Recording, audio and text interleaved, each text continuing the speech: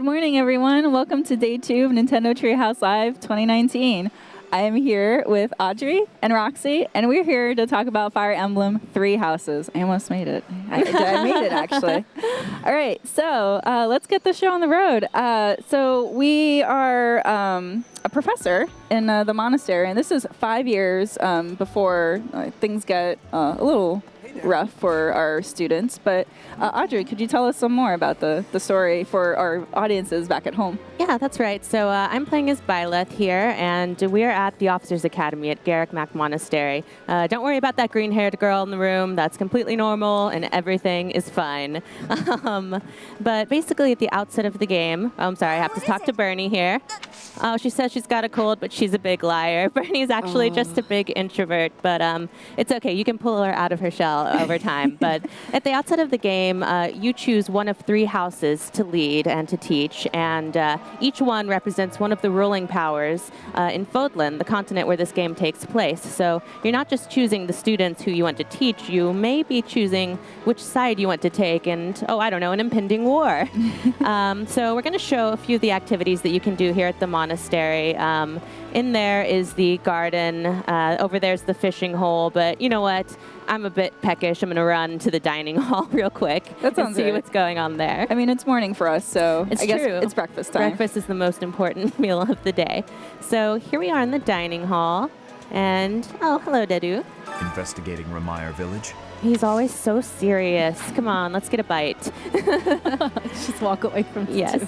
So there are multiple paths you can take in this game. The one we're playing right now is the Black Eagle path, and this is Edelgard. She's the house leader of the Black Eagles. She's an incredibly important character.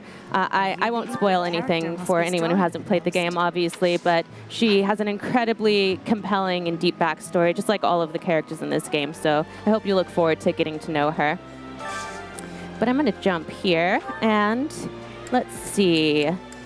Petra looks like she really wants to get in on this meal. That's going to raise her motivation. She's got that giant happy face, so like, I'm ready. Let's go for this. And then it's a professor in Night Mixer, so I'm also going to invite Manuela to the party.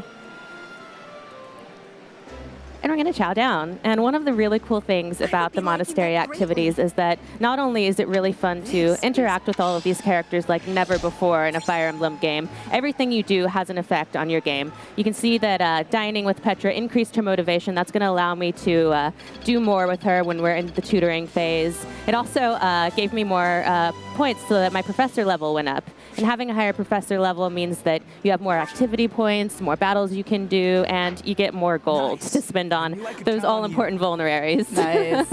And look, I completed a quest along the way, so we're doing pretty well here. Nicely done. Yeah. Got that off the checklist. Yep. Oh, and there's Raphael. I can't run by Raphael without saying hi.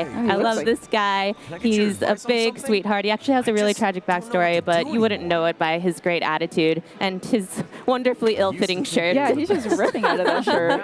He can't help it. His muscles want to be free. And he's worried because he ate too much fish recently, and so now he's worried he'll never want to eat it again. These are really, really big problems in the Academy phase of this game. So right now, I'm going to go ahead and fast travel, and this is pretty big, so I'm very happy I can't fast travel, to the cathedral here and do a couple of more activities. And as I said, not only is it great to be able to interact with your students and actually run around in a Fire Emblem world, run around these wonderful environments, but everything you do has a practical effect in battle. So all of the things, all of the time you're spending here in the monastery is going to go back and help you in battle, which is still the core of this game. Yeah, 'cause, like, speaking about like just the environments, it's like there's so much detail. It's such an expansive world to explore, so you'll definitely spend a lot of time not only in battles, but also exploring this monastery world. Yeah, and so this is the advice box, and it's where students will anonymously ask you for advice. And you have to kind of, based on your knowledge of those students, guess what would be the answer that makes them happy so you can get support points with them. And I correctly guessed that that was Hilda. Nicely done. Yes, so I completed that quest, and Hilda's now very happy with me. As I said, all of the different monastery activities you can do, as well as battles, will increase your support points, which can unlock support conversations. Oh, I know by the hair, that's Petra. Let's see. Oh, you're right. She misses the sea because that's where she's from a foreign land and she misses the ocean. Nice Yep. guess. It's like you played this before. I might know these characters a little bit, but all these characters are so lovable, and unlocking support conversations with them is really, really rewarding, especially since what's really dynamic about this game is that there's a 5-year jump at some point, so you get to see the support conversations that take place in the academy, and then there are also some that will only take place after the 5-year jump during the war phase of the game, so you get to see how the war and the events of the game have affected these students, which is really, really compelling. And that's how you get to know them enough to answer these advice box questions. And at that point, of course, after the 5-year jump, you can even pursue a romantic relationship with someone. Dimitri. Just saying. He is quite handsome. He is. Now I'm going to do some choir practice. I chose Dorothea, who's a former opera singer, and Ferdy, who has the voice of an angel. So we're going to do some choir practice. And again, like everything at the monastery, it has an effect. It raised their faith experience, and I got more authority experience as their professor. So it's another boon to your battle, to your strategies, to the way you're going to be able to level up these characters. I'm noting that the game is fully voiced. I really like, whenever you talk to a character, they are fully voiced and you can really engage with them. And some folks would be happy to know there's dual audio options. So yes, if you want to play with the Japanese voices, you absolutely can. So we're going to jump into some tutoring here. And as you can see, you can choose to instruct manually or automatically. One of the wonderful things about this game is that it's as deep as you want it to be. If you want to, like me, I love to pour every single stat, every single unit that I have, and try and customize it to my heart's content. But if you're the kind of player who really just wants to race through the story and the battles as fast as you can auto-tutor, and it won't be quite as effective, but it is an option if you'd rather not deal with all of this stuff that I just personally love pouring over. So for Linhart here, as you can see, I've set a custom focus for him. You can choose some predetermined skill goals for him, but I really want to make him a cavalier. I need more movement on my team. So I'm going to try and increase his lance and riding skills. Oh, he didn't do so well. I could critique him, but I'm going to play Mr. Nice Guy. It's like a good call, bad cop. Like, which one are you going to do? And that was the right call for him. He doesn't respond to critique very well, so... Let's see. He's still got a bit of... he did really well. Good job. And he leveled up in Lance. Nice. So we'll check in a bit, but he just might have enough of that skill to be able to change class. We'll just have to see. Yeah, good job, Linny. I'm very, very proud of you. And then, he's still got a little bit of motivation. So let's go ahead and work on your horsemanship. We leveled up as well. Nice. Skill level up. All right. Things are going well for Linny. And then let's also... check in on Ferdy. He also has a custom focus here. I want to make him a brigand, mostly because I think he would hate the outfit, so I kind of want to force him into it. That's vicious. And another skill level up. He's doing really well here. As I said, I've been very focused on getting all of these skills up to the level they need to get the classes that I want. It's very good to point out that there's each character has a specific affinity for a class, but you can dictate how you want to play it, just the way that you want to play it. Right, so they fit sort of the synergy of the rest of your army and how you like to play. Exactly. It's dependent on strategy, or it's even dependent on the way that you want to play. Absolutely. Professor. Oh, and as you can see, some of your students can actually ask you if they want to update their goals, and you can choose to go with what they're looking to grow in, or just force them to become an archer if you want them to be an archer. Here, I'm going to leave Ignatz the way he was, just because I really want him to continue down that path. And actually, sometimes if you force a student into territory they're uncomfortable with, unfamiliar with, they'll actually grow exponentially in ways that they couldn't have foreseen. See, I'm always forced her out of her shell. It's good for her. She needs to grow and meet people. She's a wonderful young lady. She needs some fresh air. Yes, she does. And they did pretty well together. All right, and then you can see, again, you can pour over all of the screen. I'm going to skip through it just so that we can move along here, but I would normally be looking at every single stat and seeing how my team has grown. Knowing how you've played past Fire Emblem games, I can vouch for that.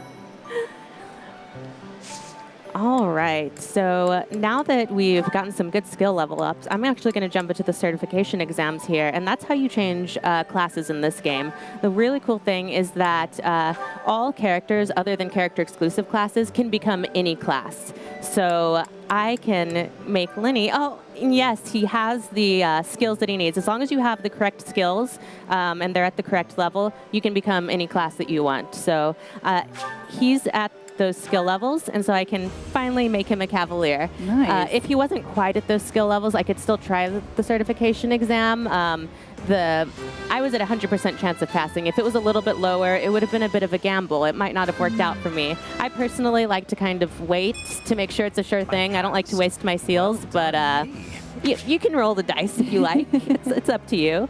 And yes, I would like you to change into that class. Yeah, and I do like that once you pass the certification exam for a certain job class, you don't have to keep using seals if you want to switch back and forth. Absolutely. So let's go ahead and make Freddy a brigand as well. He's going to love the outfit. He'll learn to love it. Oh. Yes. Oh, look at that. Look at him styling and profiling. He looks proud of himself. Yeah. Go ahead and, yeah, let's keep you that way, Freddy. All right, so that was pretty successful. Let's go ahead and let's jump into a battle. Or no, you know what? Let's do a seminar. Change my mind. Seminars are a way where you can learn from some of the other professors or faculty at the Officers Academy. Like here, Siteth is really good at lance skills. So if I want to continue to grow Lenny in that direction, I can have him attend one of Siteth's seminars, and his lance skills will improve. Oh, nice. It's very interesting that not only are you interacting with the students, but you're also interacting with the staff as well, and building those relationships and understanding or learning their personalities as well. Because like just earlier, you were having breakfast with Manuelo, who happens to be a faculty member within the monastery. No, there are so many student characters in this game, and they each have such a depth. It's really a delight to get to know all of them throughout the course of the game. Oh, and it's the Holy Kingdom of Fargus Founding Day today, and there's a special dish. I really want to eat there, but I'm going to jump ahead so that we can get a look at some neat battle.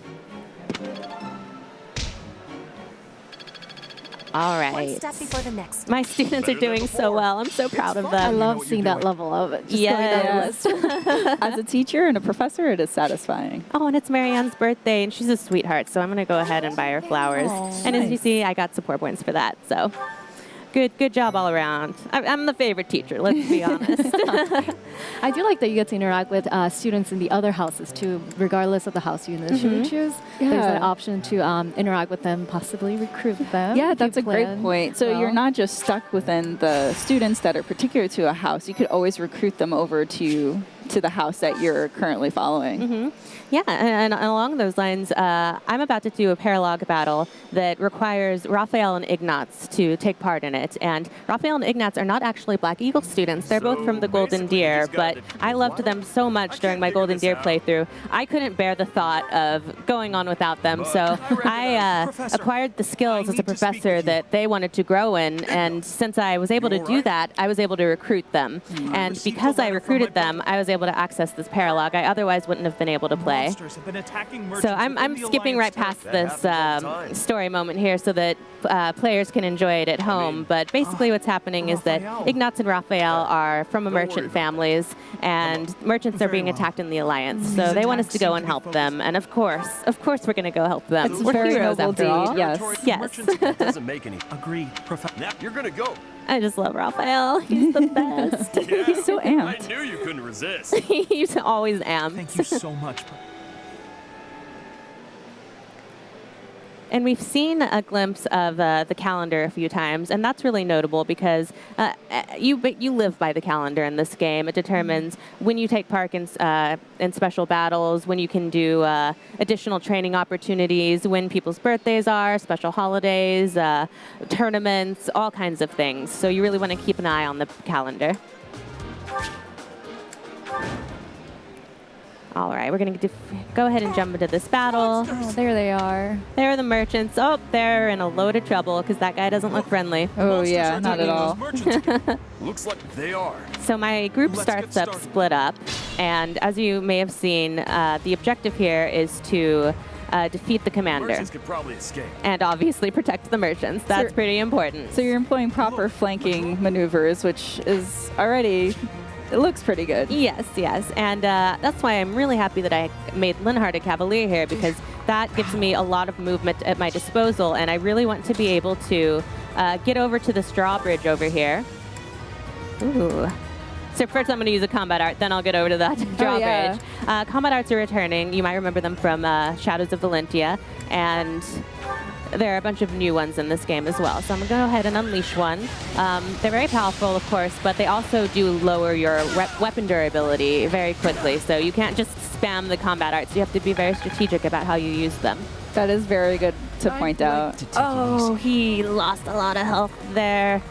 We might get to Need some see reinforcements. Linny die. Oh, we'll no. see what happens. And because he is a mounted unit, he can move again after attacking. So I can just kind of scoot him away from those enemies, perhaps. Stay focused. Teacher to the rescue. Yes. Hands off my students. I do love like these battle sequences that it's not just between the opponent and your character. There's like action and battle happening, so it adds that immersion to what's happening on the field. Absolutely. And there's my archer. It's always important to have a good archer on your team. And Ignatz is the best in the business. All right. So I think Linhardt's covered pretty well.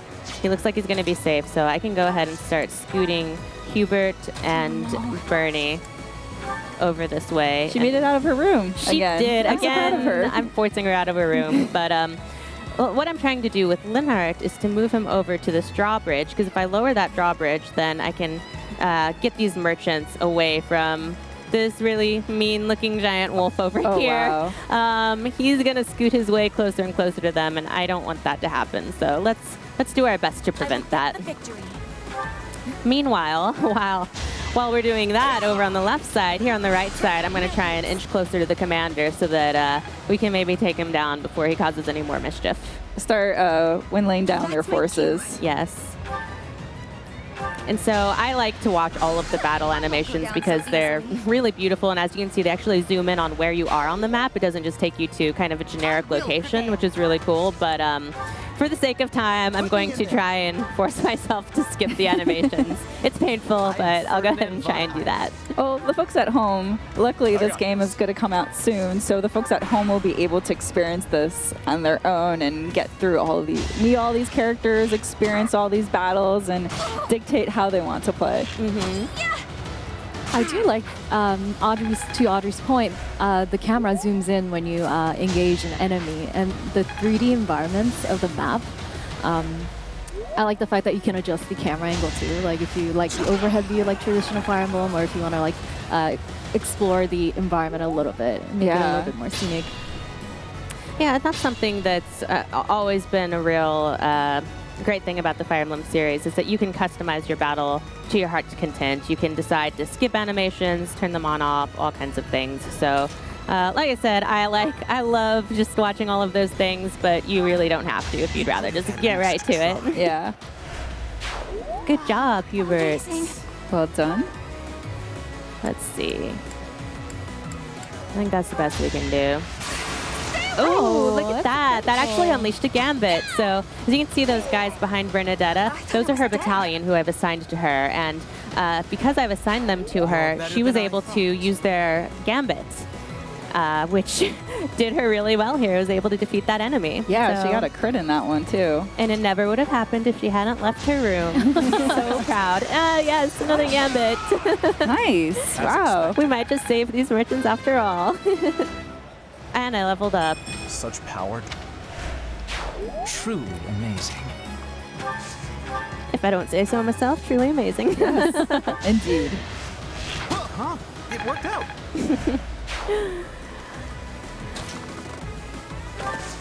All right. The path is clear now. And using my brand new Cavalier, I was able to get over to this bridge Well and done. lower it for those merchants.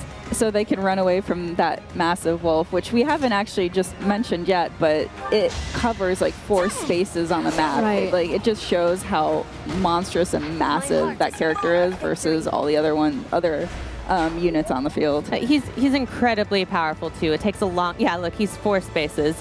He takes a lot to whittle down his health. Yeah, and positioning is so important in Fire Emblem. At the end of your turn, your units are vulnerable to enemy retaliation, depending on what position they are. And so these bosses that take up more than 1 square, that really open up just like different possibilities of positioning. So there's one more important battle that I'd like to show. So I think we're going to go ahead and switch over. Yeah. We're not going to be able to defeat this commander today, but I'm going to leave that great pleasure to the viewers at home whenever they pick up the game.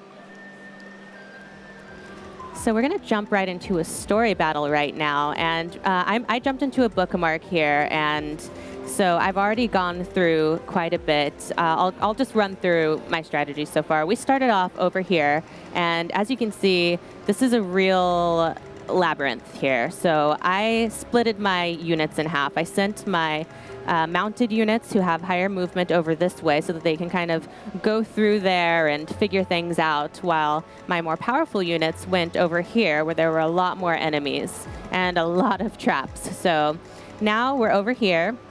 We've opened these doors, and my mounted units have made their way through this maze. So we're in a pretty good spot, I think. And still deploying a flanking maneuver because you have them on both sides. And I was able to open the door here. One thing that I think is really important to do when you're in one of these sprawled out maps is to kind of choose a key bearer. So I have Sylvain here as the key bearer on this side, and whenever there's a key, I make sure that it gets over to him so that I always know who has the key. I can make sure that's the person I'm sending towards the doors. All right, and I'm noticing these are students from the Blue Lion house.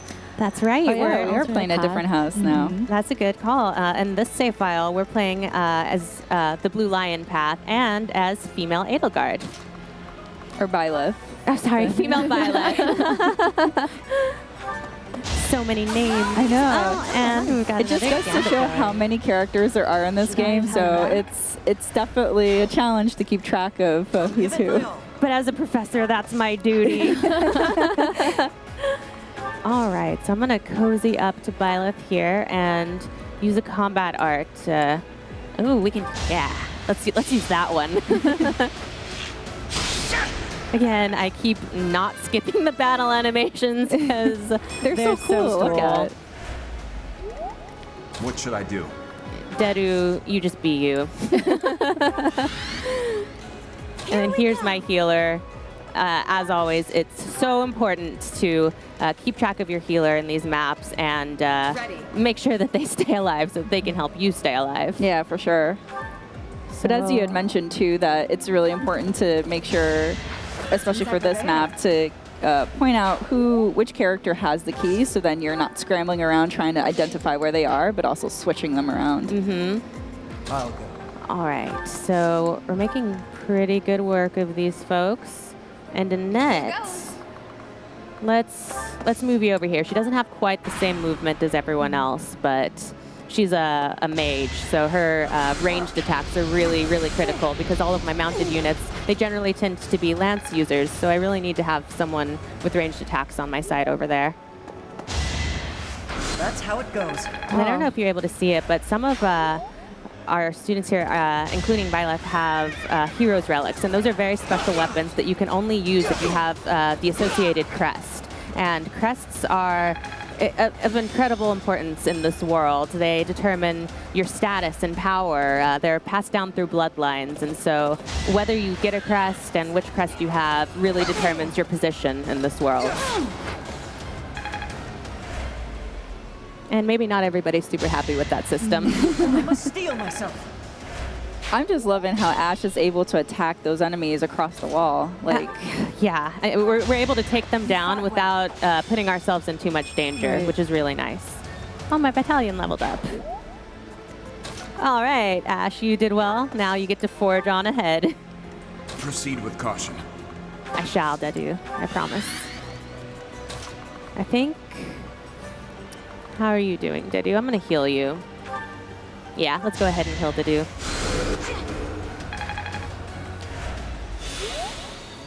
All right, thank you, Mercy.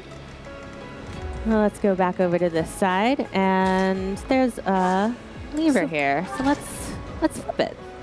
Still a few enemies to take out here. So let's send Sylvain up this way. Take that guy down because he's blocking one of the warp panels I want to use. Normally, you would need to check all of these warp panels, see where they take you, but I just happen to know which one I want. I'm going to go ahead and go straight there. I've done this before.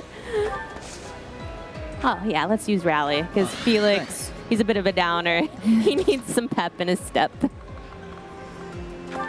And then we're all going to move closer to this warp panel, which is going to take us where we need to be to get closer to the Death Knight, who sounds really friendly, doesn't he?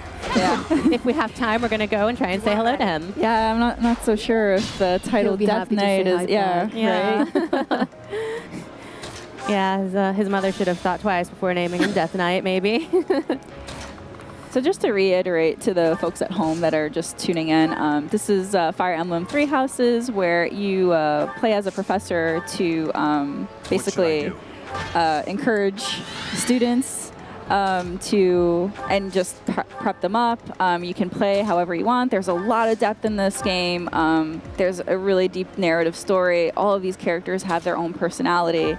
And right now we're playing a bit earlier in the game where it's before the 5-year jump, which if you tune in yesterday's through a Nintendo Direct, you got a little bit of a preview of what happens after that jump, but this game is really, really cool, and we're really excited to show it to you today. Yeah, and that was just a taste, what you saw in the trailer. Their stories, their backgrounds are all so complex. You can't tell what's going on until you play the game. So you have a lot to look forward to, viewers at home.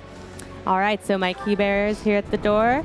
We're going to go ahead and say hi to the Death Knight pretty soon. You know what, Sylvain, you're a good man, but I'm going to go ahead and let your professor do the hello. Oh my gosh. Because Death Knight is very powerful and very, very scary. This is risky. We're all very scared of him. So let's go ahead and end this turn.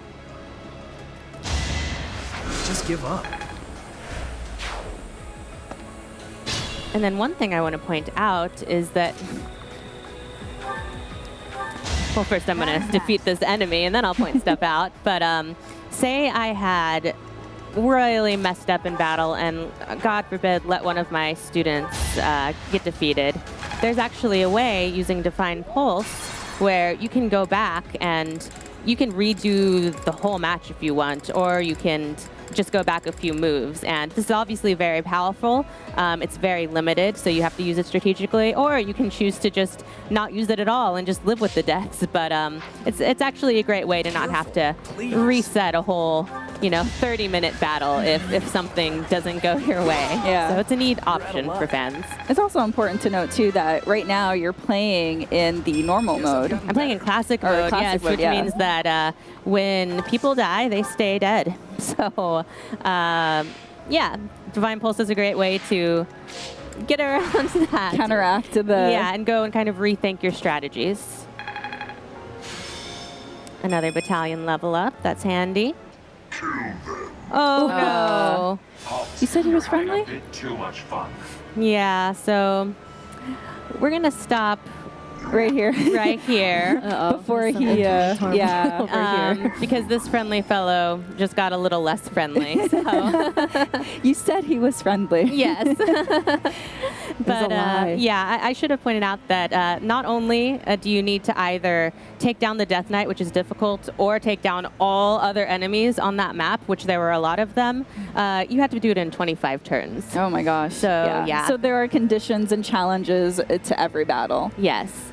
Cool. But that was just a little sneak peek at Fire Emblem Three Houses. As we mentioned, it's coming out July 26th, Yes. so you won't have to wait long to get your hands on it. Yeah. Thank you so much for running this through with us and explaining everything. There's a lot of content for sure to it's run a very through. deep game.